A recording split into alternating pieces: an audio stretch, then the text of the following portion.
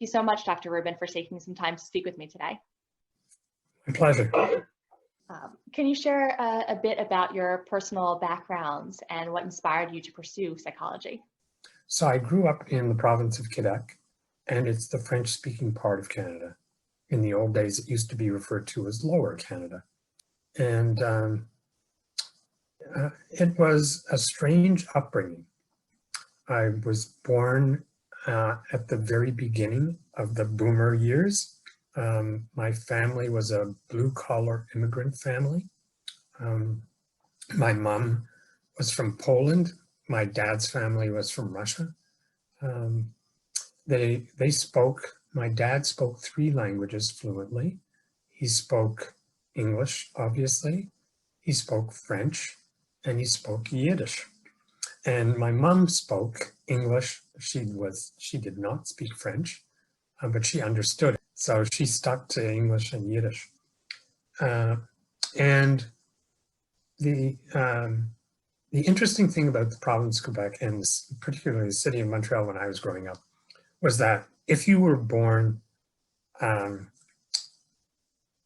into a Jewish family, now I'm not a practicing Jew, but I was born into a very close to Orthodox Jewish family, folks hung together in their little shtetls, in their little neighborhoods. And you didn't have a choice of schools to go to, other than sending your kid to either the Roman Catholic School Board of Greater Montreal or the Protestant School Board of Greater Montreal. If your parents had money, they could send you to a private school and you can do whatever you want.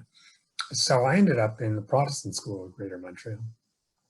And we started every day by saying the Lord's Prayer, singing God Save the Queen, and singing a mandated hymn and a reading from the New Testament. So I found that pretty funny as a kid because everybody in my class was Jewish. And we all went to the Protestant School Board of Montreal. The teachers were Jewish, the kids were Jewish. And I didn't really get to meet anybody who was French until I was about 15.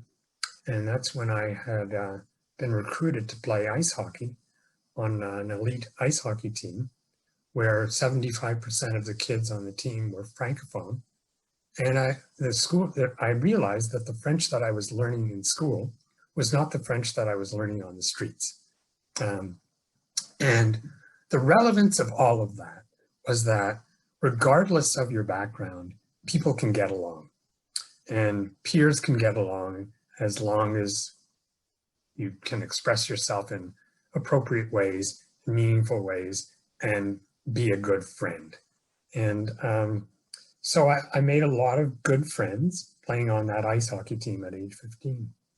So the point of all of it is that I lived a multicultural experience, and somehow in the back of my brain, I must have kept that multicultural experience as an enriching sort of image, because I've gone on to study. One of the things that I focus on in almost all of my work is the significance of culture, the significance of what a given behavior means in different cultural venues. I was a graduate student in your lab during my doctoral studies. And one of the things that was incredibly special at the time and continues to be special is that you often refer to us as a family, an academic family, which meant that we were there to support one another, to challenge each other, but to really help each other grow.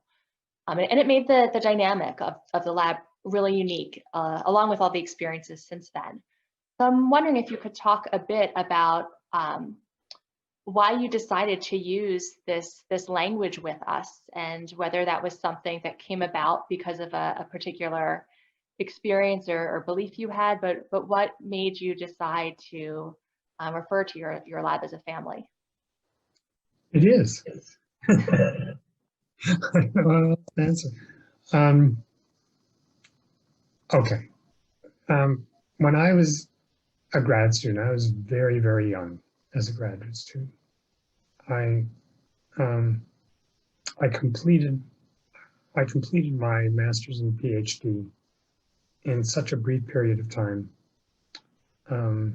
During that very brief period of time, it took me 2.5 years, I had enormous support from 3 particular members of my committee.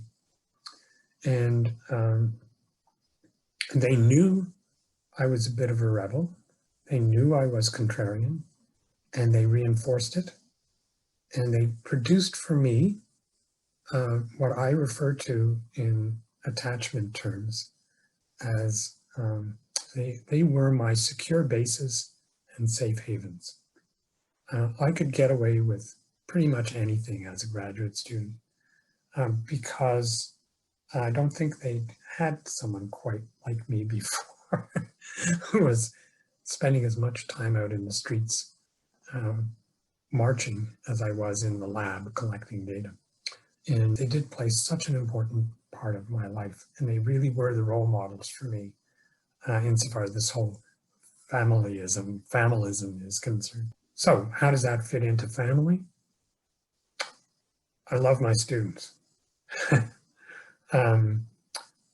And I can tell you that I don't know why or how this is done, but I know who's going to do well within the first 5 to 15 minutes.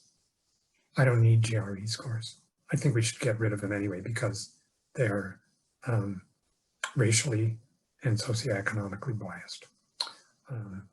So I think that I try my best to create an atmosphere where the students in my lab don't feel as if they have to be the top of the ladder, but rather that they be good friends to each other and be good support systems to each other. It created a family atmosphere. To reinforce it at a biennial meetings of international conferences, I make certain to throw a party. Now it's been taken away from me because it was getting too gargantuan. So now Rob Copeland and Julie Bowker, 2 of my former students, are now in charge of the Rubin family dinner. And invitations are sent out to all of my previous students. No one is ever banished. Folks are invited to have dinner on one of the evenings of either Society for Research in Child Development or Society for Research in Adolescence meetings, or when I'm able to the International Society for the Study of Behavioral Development, when I'm able to attend those meetings. It's just a good time, and it brings back a lot of wonderful memories. And the group that the family that you're a member of is like mind-boggling to me. I mean, I've never been prouder. I don't know how it happened, but having all these people who've had wonderful careers start off in my lab. And I'm not taking any credit for it. What I am taking credit for is introducing them to each other. And because I now have students who worked with me in the 1970s who are, and in fact, are retired, who are working with my current students. And so this intergenerational mix has always been part and parcel of that family. And I think that's the way we learn. Could you describe a challenge that you've experienced and how you were able to navigate through it? Yeah, that's an easy one.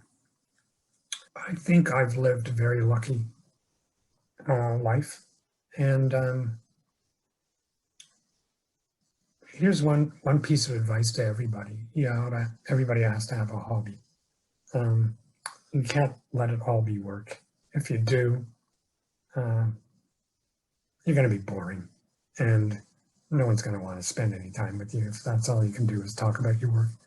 So you have to have a life that's worth living, that goes beyond simply staying by a computer and analyzing data, or going off and collecting data or writing grant proposals, whatever. So one of my releases, as you know, was ice hockey. I ended up doing pretty well by the time I was 15, being scouted in by the pros, and it was really too small and got my body broken. But then, after I'd done my dissertation, I decided I'd put on skates again and join the real world. And from the period of time that I was at the University of Waterloo, where I played on a faculty staff ice hockey team against other universities. So we had our own varsity team of old geezers that played against other old geezers from other universities. It was a hoot. So I was doing that. And eventually I got to play in the American Senior Olympics. And that was in 2008. I'd actually played in the state games many times. And that was 2008. And during that year, I was fine, but I felt a little twinge whenever I was lacing up the skates. I sort of ignored it. And then there was an end of year tournament, which was in March or April of 2009. Now I remember the time because the following week after this event happened to me, I was supposed to be giving talks at the biennial meeting of the Society for Research and Child Development. And I had also just been elected to the governing council. So the meeting was going to be in Colorado. And I desperately had to get there. But the day before I was going to fly out, I was 2 days before, I was in a hockey tournament and I felt nauseous. And I just didn't know what was happening to me. And I fainted and was carried off the ice. The next day, I was in a hospital and I was diagnosed with congestive heart failure. So I guess this is a bit of a challenge that I faced. So my first question after I'd been diagnosed with congestive heart failure was, can I go to Colorado next week? and go to these really important meetings. And the doctor said, no, we want to see if you require surgery. So let's get some tests done. So over the next month, I was visiting this doctor and eventually, and I was getting weaker and had some minor surgery, which others might figure would be major, but it was really minor surgery. And I, as an offhand, off the cuff sort of question, I asked the doctor with my wife present, so why don't you just set me straight? Tell me maximum, what do I have? How much time do I have to live? And he said, well, most people who have your diagnosis, we'd say between 2 and 4 years. So my immediate reaction would have been just like I would have reacted when I was in my late teens and early 20s. I dismissed the doctor. I literally dismissed the doctor and told him, I'm not seeing you anymore. And then through great luck, through some of my hockey buddies, and also through my son, I was introduced to another cardiologist who basically took care of me for a year and then told me, so that was from 2009 to 2010, he then told me, I can't really do anything more for you. What we need to do is get you to see cardiologists at a hospital where they might be able to get you on a transplant list. And this doctor was fantastic, and he hooked me up with doctors at this hospital, and I ended up having a transplant a heart transplant in December of 2011. At the very same time, my wife had been diagnosed with breast cancer. She had the BRCA gene and was undergoing chemotherapy. And so I was in the hospital in Baltimore, and my wife was being treated in our home, which was an hour and a half away from Baltimore. And the heart transplant, when I received the heart, they were in such a hurry to do it that they left a small piece of the heart that was being transplanted into me, slightly frozen. And the transplant was botched to some extent, so that I ended up being, I still have that heart. I mean, problem solved with the heart. I've got the heart that is doing pretty fine. But I ended up being in the hospital for half a year, 5 months actually, from the end of December until the end of May of 2012. And because of that sort of botching, it destroyed both my liver and my kidneys. So I had to relearn how to walk, how to swallow, literally. We do forget how to swallow. How to pick up a pen, how to pick up a fork, how to bathe myself, just how to get around. And it was pretty difficult. So since that time, 2 years after, so in 2014, I was diagnosed with cancer and went through 9 weeks of radiation. And I'm now at stage 4 kidney failure. If I go to stage 5, I need a transplant. So I'm now looking for living donors. So just in case anybody who's watching this, if I'm still around when you see it, give me a kidney. I think that's that's a bit of a challenge. And it was a challenge for my wife as well, because she was going through her anguish and pain and horrific cancer. I think between the two of us, so the message here is relationships are really important, and don't screw them up. Maintain them. If they're decent relationships, if you have an argument, solve it. Back away, be kind and gentle and generous, and get along with folks. So I'm a mess physically, but I'm still around. And I think the work that I'm doing now is probably as good, if not better, than the work I've done earlier. I think I'm a little kinder. I'm certainly more patient. Navigation hasn't been easy, but I rely heavily on my academic family, that family that you're a member of. And I'm constantly in communication with the members of that academic family. They've been incredibly supportive. They visit whenever they can. We message daily. There is one particular member of the family who I can tell you at 7 o'clock every evening, she sends me a message, and then we continue messaging between 7 and 10. It's daily, not a break, and I love it. It's been a rough road. I see doctors once every 2 weeks, even through COVID.